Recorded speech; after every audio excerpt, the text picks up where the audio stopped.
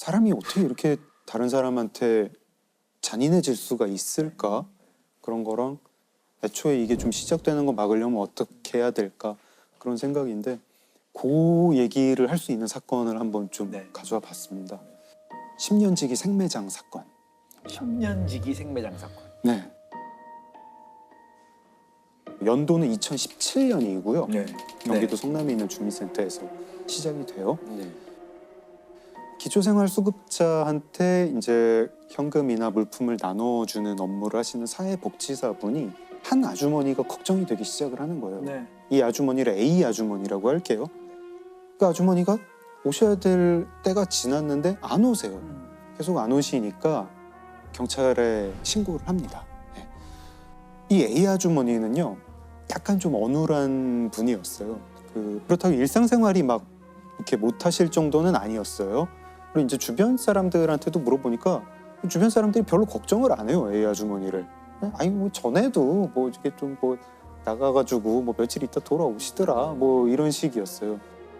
근데 이 A 아주머니는 문자 메시지도 평소에 안 보내고 뭐 물건 살 때도 신용카드를 안 쓰시는 분이라 가지고 좀 그 생활 반응이 잘 안 나오는 분이었어요. 현금 쓰고. 네. 네. 근데 길어지다 보니까 경찰서에서 아 이거 좀 이상하다 하면서 강력팀으로 사건을 맡깁니다. 그래서 이제 A 아주머니가 평소에 친했던 사람이 누굴까, 그 사람들한테 A 아주머니 근황을 좀 물어봐야겠다 이러면서 수사를 하는데 성남에 모란시장 있잖아요. 네. 그 5일장. 네. 이 A 아주머니가 그 모란시장에 장이 열릴 때마다 가서 거기서 시간을 많이 보내셨다고 해요. 그리고 특히 이제 20분 정도가 모여가지고 커피 마시고 수다 떨고 뭐 이런 어르신들이 많은데 그분들이랑 좀 친분이 있었대요. 그래서 경찰이 이제 이 모임을 알게 됐습니다. 알게 돼서 이 모임 멤버분들한테 혹시 그 A 아주머니 최근에 보신 적 없느냐, 뭐 어떻게 지내는지 아시는 분 없느냐 했더니 그 모임 분들이 이렇게 하나같이 얘기를 하는 게 어느 날 경기도 광주로 도망을 갔어요, A 아주머니가.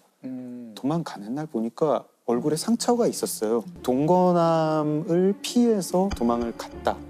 이런 식으로 얘기를 하는 거예요. 그래서 경찰이 이제 직접 보셨어요? 그러니까 아니 직접 보지는 못했고 나도 어디서 들었어요. 그 이제 동거남을 찾아가야겠죠 일단. 그랬더니 동거남이 자기도 그 소문 때문에 미치겠다는 거예요. 난 그런 적 없고 누가 지금 그 소문을 퍼뜨리고 있다. 내가 지금 미치겠다. 이게 좀 오히려 잡아달라. 이런 말을 합니다. 근데 이 소문의 근원지 찾는 게 그게 어디서 들었어요? 어디서 들었어요? 찾아가는 거죠. 네. 그랬더니 처음에 그 소문을 퍼뜨린 사람을 찾았어요. 역시 그 동호회 아닌 동호회의 멤버. 모란시장 열릴 때마다 모여가지고 A 아주머니를 비롯한 그 멤버들과 친하게 지냈었습니다. 이분도 좀 뭐 마음 붙일 곳이 없었나 봐요. 남편은 철원에서 밭농사를 혼자 하면서 이 씨 아주머니는 얼마나 모란시장의 진심이었냐면 서울의 이제 강북 지역에 심지어 사시는 분이었는데 아들 차를 타고 왔어요. 근데 아들도 뭐 변변한 직업이 없는 청년이었거든요.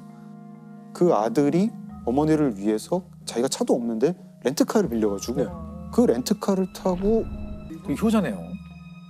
그리고 이 사람들 말이 A 아주머니랑 그 이 씨 아주머니는 특히 친했다 이렇게 얘기를 해요. 근데 친하긴 친한데 대등한 관계가 아니었던 것 같아요. 왜 뭐 커피 좀 타와라 그러면 커피 타오고 약간 상하게 관계가 있는. 좀 미묘하게 이제 언니 동생 관계로 이 씨 아주머니가 A 아주머니를 좀 봐주기도 하고 근데 또 뭐 심부름 같은 거 시키기도 하고 A 아주머니는 이 씨 아주머니한테 언니라고 부르고 뭐 이런 관계였습니다. 근데 경찰이 이 씨 아주머니한테 그 A 아주머니 경기도 광주에 갔다는 거 어떻게 아셨어요? 하고 물어보니까 자기가 직접 들었대요. 언제 들었느냐? 7월 14일에 들었다. 모란시장에서 들었다. 근데 이 7월 14일이 좀 특이한 날인 게 A 아주머니가 휴대폰이 그날 꺼지거든요. 그날 꺼지고 이후에 켜지지가 않아요. 그러면서 이 씨 아주머니가 나는 그 다음번 모란시장 열릴 때 7월 19일에도 A 아주머니를 봤다. 모란시장에서. 그때도 건강히 와가지고 모란시장에 있다 갔다. 경찰이 이제 그때부터 좀 이상한 거예요. 왜냐하면 7월 19일에 A 아주머니를 모란시장에서 봤다고 하는 사람은 아무도 없어요. 이씨 그리고- 아주머니만. 네. 그리고 7월 14일에도 없어요. 아무도 없는데 이게 어떻게 된 걸까?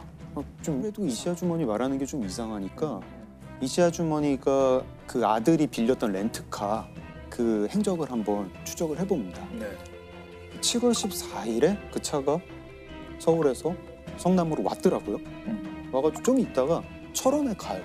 네. 그래서 수사팀의 어떤 형사분은 뭐 남편 잠깐 근데 그 A 아주머니 휴대폰 끊긴 게 어디지? 찾아보니까 남양주에서 끊겼어요. 남양주에서. 네. 성남에서 철원 가려면 중간에 남양주를 거쳐야 돼요. 그렇죠. 가는 길이죠. 네, 가는 길에 끊기니까 이상한 거예요. 그래서 이씨 아주머니 아들을 불러가지고 최근에 철원 언제 갔다 오셨어요? 하고 물어보니까 아버지 만나러 뭐 며칠 날 갔었고요. 며칠 날 갔었어요. 하는데 7월 14일만 얘기를 안 해요. 거기서 추궁을 안 합니다. 자동차 내역 봤더니 7월 14일 갔구만 이 얘기를 안 하고 그냥 거기서 빠르게 그 철원 집을 압수수색 영장을 청구를 해서 수색 영장을 받습니다. 그래서 그 철원 집을 갔어요.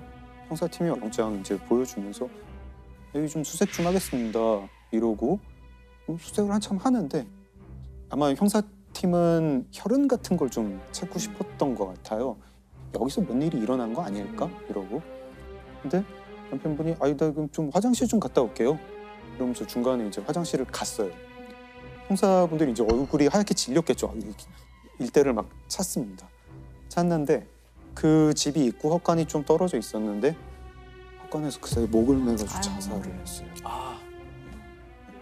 지금 피의자로 지목된 사람은 이 씨랑 이 씨 아들인데 왜 남편이 자살을 하지? 네. 이 집에서 도대체 무슨 일이 있었던 걸까? 이 씨 아주머니랑 그 아들은 체포를 했죠. 이제 따로따로 놓고 압박을 하니까 뭐 금방 무너지죠. 사실은 A 아주머니를 살해를 했다. 7월 14일에 우리가 모란시장에서 입구에서 할 말 있다고 잠깐 얘기 좀 하자 동생아 차에 태웠다. 그리고 이 씨 아주머니가 평소에 불면증이 있어가지고 약을 먹고 있었는데 네. 그 약에서 이제 수면제를 골라가지고 20알을 모은 거를 커피에 타서 건넸다. 아주 A 아주머니는 그 커피를 마시고 차를 몰고 철원으로 가다가 남양주 즈음에서 A 아주머니 휴대폰을 꺼내서 껐다. 그리고 철원에 가서 남편이랑 같이 셋이서 그렇게 잠든 A 아주머니를 세 사람이 합세해서 묻었습니다. 살아있는 사람을. 그래서 생매장 사건이 된 거예요. 네. 어디다 묻었는지 파악을 해서 거기에 이제 파봤죠. 팠더니 정말 A 아주머니 시신이 나왔고 A 아주머니 코 속에 흙이 호흡을 하려다가 아마 주무시는 상태에서 돌아가셨던 것 같은데 그때 이제 흙이 코로 들어왔던 거죠. 아들과 함께 10년지기 지인을 산채로 매장한 여성이 경찰에 붙잡혔습니다.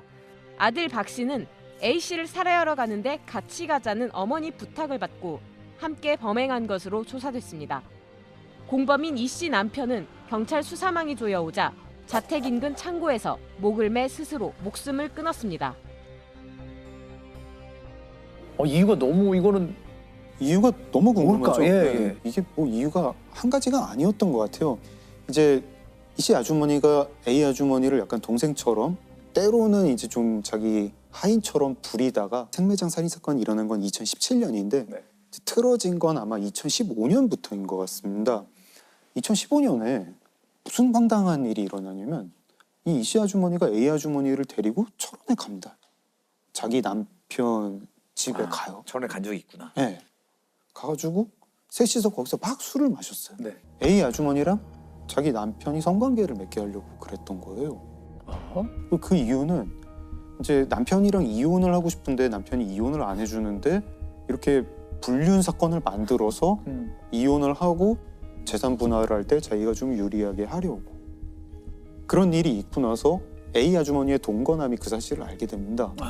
당연히 화가 나죠. 화가 나서 이 씨 아주머니를 찾아가서 아니 어떻게 이럴 수가 있냐고 이렇게 막 말다툼을 하는 일이 있었어요. 그리고 1년이 지나서 2016년 여름에는 두 가지 일이 거의 비슷한 때 일어나는데요. 이 씨 아주머니 아들이 이제 중고차로 수입차가 한 대 사고 싶은 거예요. 네.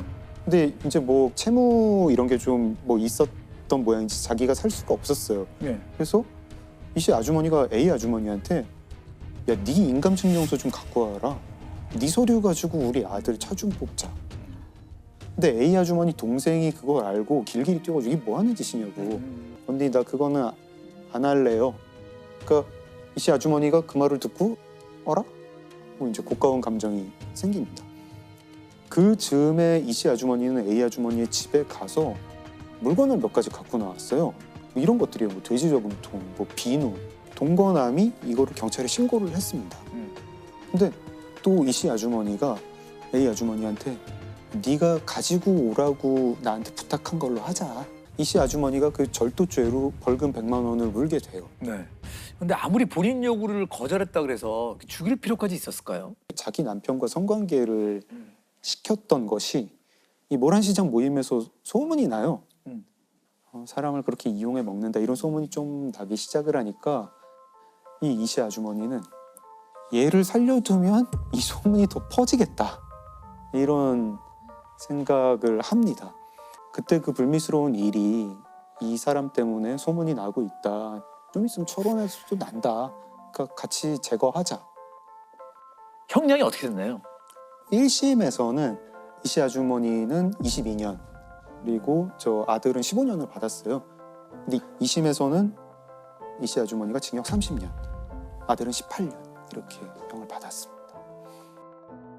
네, 이혼할 빌미를 만들려고 지인을 시켜서 남편과 성관계를 맺게 하고 이것이 알려질까 봐 생매장한 모자가 항소심에서 형량이 늘어났습니다. 서울고등법원은 어머니 이모 씨에게 1심의 징역 22년보다 높은 징역 30년을 선고했습니다. 이해가 안 되거든요. 이런 일까지 벌이는 게 이 범인들의 심리가 뭘까요? 그러니까 이런 이 씨 같은 경우에는 네가 감히 나한테 이럴 수 있느냐로 시작을 하는 거죠. 이 씨 아주머니가 A 아주머니를 비인간화했던 것 같습니다. 자기랑 같은 존재라는 생각을 안 하니까 그렇게 별 죄책감 없이 잔인한 행동을 할 수 있는 거죠.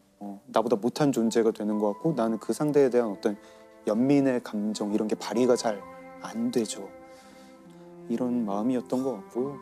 사람을 정말 인격체로 보는 게 아니고 이용하는 도구로만 보는 거죠. 다시 좀 경각심을 좀 가져야겠다. 이게 뭐 가볍게 볼 일이 아닌 것 같다 생각을 하더라고요. 되게 느끼는 바가 많은 그런 사건이네요. 네.